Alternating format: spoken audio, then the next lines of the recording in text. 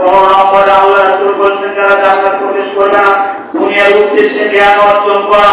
এবারে এখন আসুন আমাদের কথা, আমরা তো আলেম, আমরা তো হুজুর, আমরা নামবিকতা করি, আমি বড় হুজুর, আমি বড় আলেম, আমি এই করি সেই করি, হ্যান করি ত্যান করি।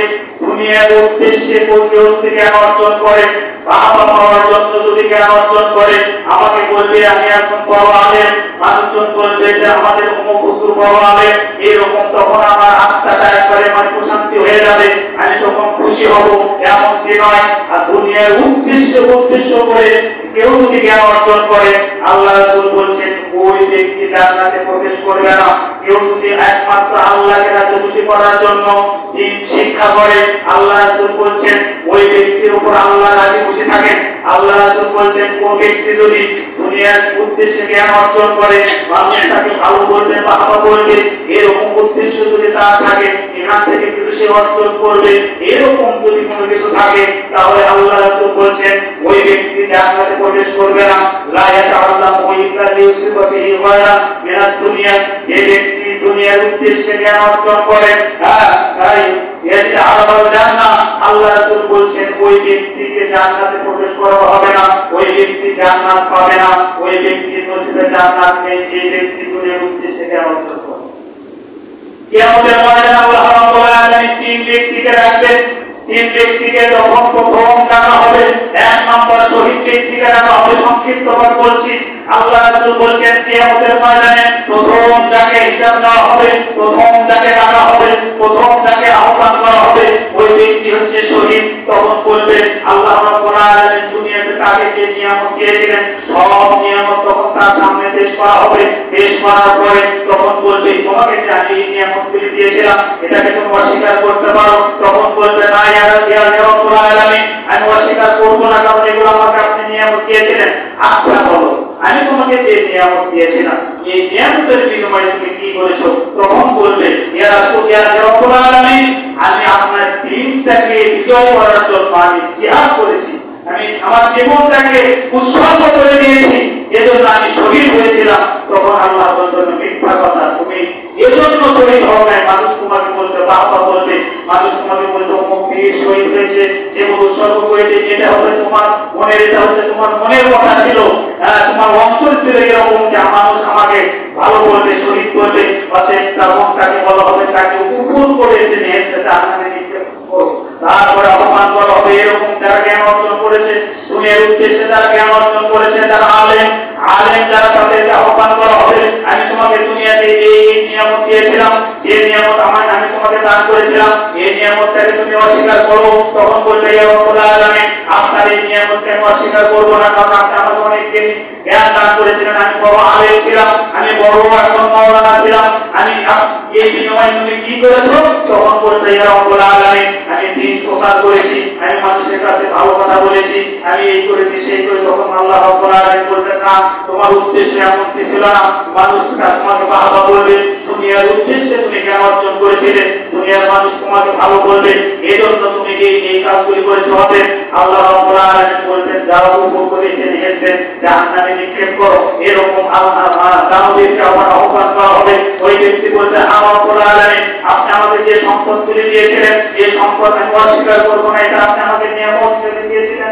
আল্লাহ রাব্বুল আলামিন বলবেন আমি তোমাকে যে নিয়ামত হিসেবে সম্পদ দিয়েছি এই সম্পদ থেকে তুমি কি করেছো? তখন বলবে আপনার এমন কোনো কাজ নেই, ইসলামের কোনো কাজ নেই সেখানে আমি দান করিনি, আমার সব টাকা আমি দান করেছি, আমি সাদকা করেছি, আমি বিলীন করেছি। তখন আল্লাহ রাব্বুল আলামিন বলবেন তুমি মিথ্যা কথা বলছো, মানুষ তোমাকে দানবীর বলবে, মানুষ তোমাকে ভালো বলবে, মানুষ তোমাকে একদম দানশীল বলবে, এটাই ছিল তোমার উদ্দেশ্য।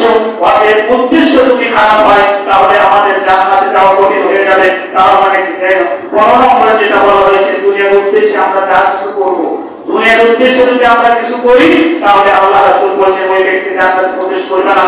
তখন বলা হবে যাও এই ক্ষেত্রে নেহেস্তে উল্টা করে জাহান্নামে নিক্ষেপ করো। তাহলে কত বড় ভয়ঙ্কর একটি হাদিস। দুনিয়ার উদ্দেশ্যে যেন আমাদের কোনো কিছু না হয়, যা কিছু করবো একমাত্র বিল্লাহি আল্লাহর জন্য আমরা করবো। 16 নম্বরে যেটা বলা হয়েছে ওয়ারিসকে মিরাস থেকে বঞ্চিত করা, যে ব্যক্তি ওয়ারিসকে মিরাস থেকে বঞ্চিত করবে, সম্পদ থেকে বঞ্চিত করবে, এই বিষয়ে ইবনে মাজাহ 2703 নম্বর হাদিস আল্লাহ রাসূল বলেছেন মান ফাররা মিরাসি ওয়ারিসহু ফালাহু জান্নাত। আল্লাহ রাসূল বলেন যে ব্যক্তি তার মিরাজ থেকে বঞ্চিত করবে আল্লাহ রাব্বুল আলামিন তাকে জান্নাত থেকে বঞ্চিত করবে, মিরাজ মিনাল জান্নাত জান্নাতের থেকেও তাকে বঞ্চিত করবে।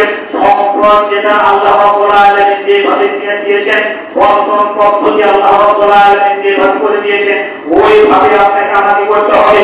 যদি ওয়ারিসকে আমরা বঞ্চিত করি তাহলে আল্লাহ রাসূল বলেন ওই ব্যক্তি জান্নাত থেকেও বঞ্চিত হবে। এবার 17 নম্বর, কালো গরু ব্যবহারকারী যারা তাদের চুলটাকে কালো মানে পাকা চুলটাকে কালো করে দেয়, গরু ব্যবহারকারী। আল্লাহ রাসূল বলেন তোমরা ইহুদিদের মানে বিরোধিতা করো, তোমরা ইহুদিদের বিরোধিতা করো, কারণ ইহুদিদের সাদা চুল সাদা রাখে, তাদের চুল দাড়িটা সাদা রাখে, অতএব তোমরা এটাকে মেহেদি দ্বারা তোমরা রাঙাও, মেহেদি দ্বারা তোমরা খবরদার কালো কলম ব্যবহার করবে না। যে ব্যক্তি কালো কলম ব্যবহার করে আল্লাহ রাসূল বলেন ওই ব্যক্তি জান্নাতের ঘাট পর্যন্ত পাবে না। লা ইয়ারিহুনা রাইতান মিনাল জান্নাত, ওই ব্যক্তি জান্নাতের ঘাট পর্যন্ত পাবে না।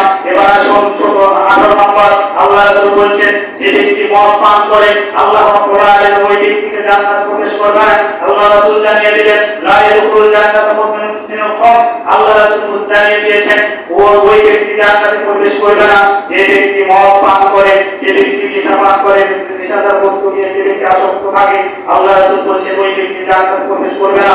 এবার 19 নম্বর হাদিস, আল্লাহ রাসূল জানিয়ে দিয়েছেন যে ব্যক্তি জুয়া খেলে, জুয়া খেলে যারা টাকা দিয়ে যারা জুয়া খেলে, আল্লাহ রাসূল বলেন লা ইয়াদখুলুল জান্নাতা কাফারুন, ওই ব্যক্তি জান্নাতে প্রবেশ করবে না যে ব্যক্তি জুয়া খেলে, তার মানে জুয়া আসক্ত যারা জুয়া আমরা টাকা দিয়ে আমরা হোক না একটা দুটো হোক না কাম হোক না ক্রিকেট হোক না ফুটবল, বর্তমানে টাকা খেলার পারমিশন আল্লাহ রাসূল দিয়েছেন।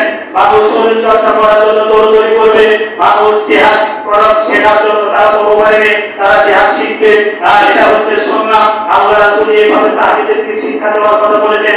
খেলাধুলা আপনি করতে পারেন ভালো, শরীর চর্চার জন্য খেলাধুলা করা ভালো, শরীরের জন্য উপকার, আল্লাহ রাসূল পারমিশন দিয়েছেন। ঈদের দিনে যখন ঈদের দিন আসতো তখন সমস্ত বাচ্চারা তারা খেলাধুলা করতো। আল্লাহ উমর রাদিয়াল্লাহু তাআলা আসে একদিন সাধু করে সমস্ত বাচ্চাদেরকে ধমক দিচ্ছেন। আল্লাহ রাসূল বলেন উমর খবরদার, এদেরকে তোমরা বাধা দিও না, আজকে ঈদের দিন খুশির দিন, আজকে এরা খেলাধুলা করবে। তার মানে রাসূলের যুগের খেলাধুলা আজকের খেলাধুলা, আজকে যে খেলাতে হোক এখন টাকা দিয়ে, তার মানে টাকা দিয়ে যে খেলাটা আমরা খেলি, টাকার বিনিময়ে যে খেলাটা আমাদের খেলা হয়, এটাকে বলা হয় জুয়া। এই জুয়ায় অংশগ্রহণ যারা করবে আল্লাহ রাসূল বলেন ওই ব্যক্তি জান্নাতে প্রবেশ করবে না। সংক্ষিপ্ত আকারে বিস্তারিত বলতে গেলে অনেক সময় লাগবে, এতটুকু যতটুকু আমি বললাম। আল্লাহ রাব্বুল আলামিন আমাদের সকলকে জান্নাতে মেহমান হওয়ার তৌফিক দান করুন। আল্লাহুম্মা আমিন।